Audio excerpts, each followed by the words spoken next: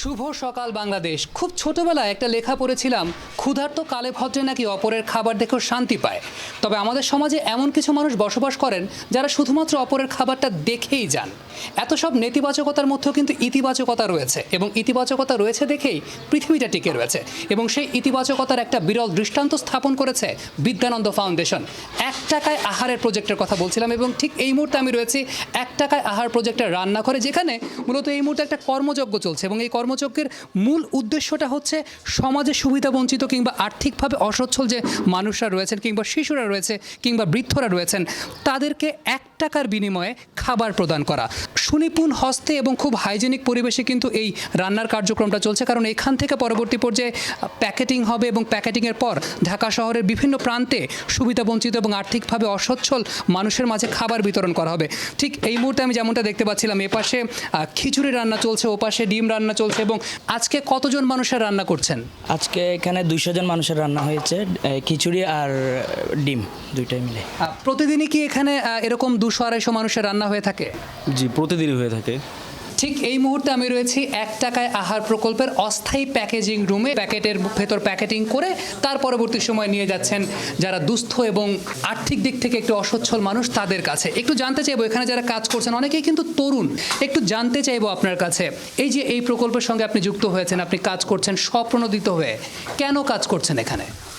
আসলে আমরা দেশকে সবাই ভালোবাসি, কিন্তু দেশকে ভালোবাসাটা আসলে প্রতিফলন করার জন্যই আমরা মূলত এখানে কাজ করতেছি। যারা অসহায় এবং পথশিশু যারা, তারা মূলত দুবেলা পেট ভরে খেতে পারে না, তাদের সেই অভাবটা পূরণের জন্যই আমরা আসলে অনুপ্রাণিত হয়ে কাজ করছি।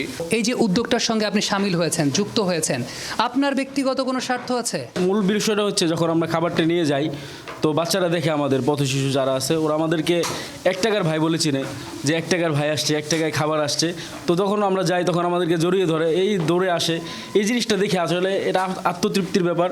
এই আত্মতৃপ্তি থেকে আমরা এই কাজটা করি আসলে। আমি ঠিক এই মুহূর্তে রয়েছি ঢাকার মিরপুরের কালচিতে, এবং এখানে কিন্তু 1 ঝাঁক কচিকাচার আসর বসেছে, তাদেরকে খাবার বিতরণ করা হচ্ছে। তবে তার আগে তাদের কাছ থেকে 1 টাকা করে নেওয়া হচ্ছে। ঠিক এই মুহূর্তে এই পুরো কার্যক্রমের এই অংশের যিনি প্রধান সমন্বয়কারী রয়েছেন, সুলতানা জান্নাত, তিনি আমার সঙ্গে রয়েছেন।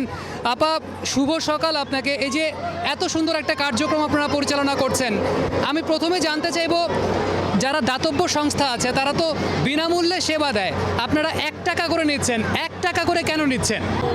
আমরা যখন খাবারটা দিচ্ছি, তখন অটোমেটিকলি আমার ভিতরে কিন্তু একটা অহমিকা চলে আসে, হ্যাঁ আমি অমুককে দিচ্ছি। আর যে নিচ্ছে তার ভিতরে কিন্তু একটা নেওয়া জিনিসটা কিন্তু আমাদের কিন্তু একটু হলেও ছোট রাখে। ওদের ওই বোর্ডটা তৈরি করার জন্য বাচ্চাদের বা যাদের যে শ্রেণীর মানুষদের খাবার দিচ্ছি, যে ওরাও কিনে খেতে পারে, বা আর যদি একজন কিনে খায়, আমাদের একটা আমরা যখন এয়ারপোর্টে খাবার বিতরণ করতে গেলাম, তখন একটা বাচ্চার কাছে একজন প্রশ্ন করেছিল যে তুমি এই খাবারটা কিনে খেতে চাচ্ছ, তুমি বড় হয়ে কি হতে চাও?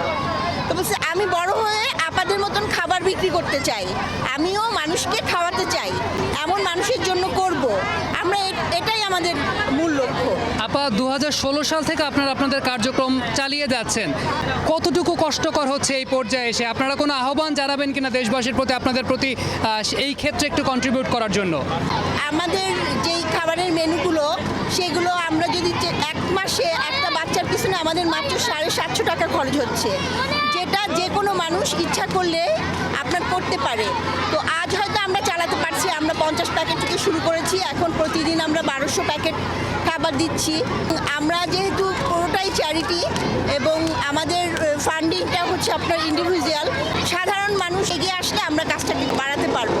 বিদ্যানন্দের এই উদ্যোগটা ছড়িয়ে যাক পুরো বাংলাদেশ ব্যাপী, আমার বাংলাদেশ হয়ে যাক সোনার বাংলাদেশ, এই প্রত্যাশা করে এখান থেকে বিদায় নিচ্ছি, ফেরত যাচ্ছি স্টুডিওতে।